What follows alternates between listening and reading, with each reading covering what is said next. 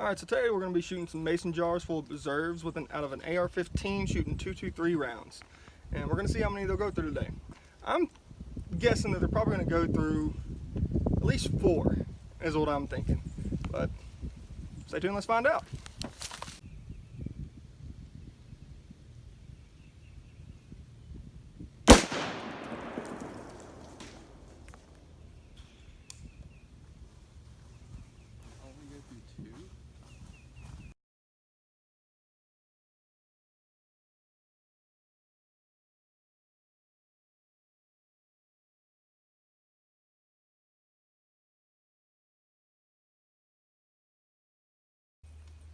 Alright, so it didn't go through 4 of them. It only went through 2, but those are big jars, so I'm thinking they might be a little more dense or something.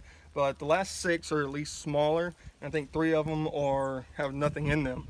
So on this one, I think it's going to slow down a lot and maybe go through at least 2 at least 3 since they're smaller. So we're going to play this one in slow motion and see what you think.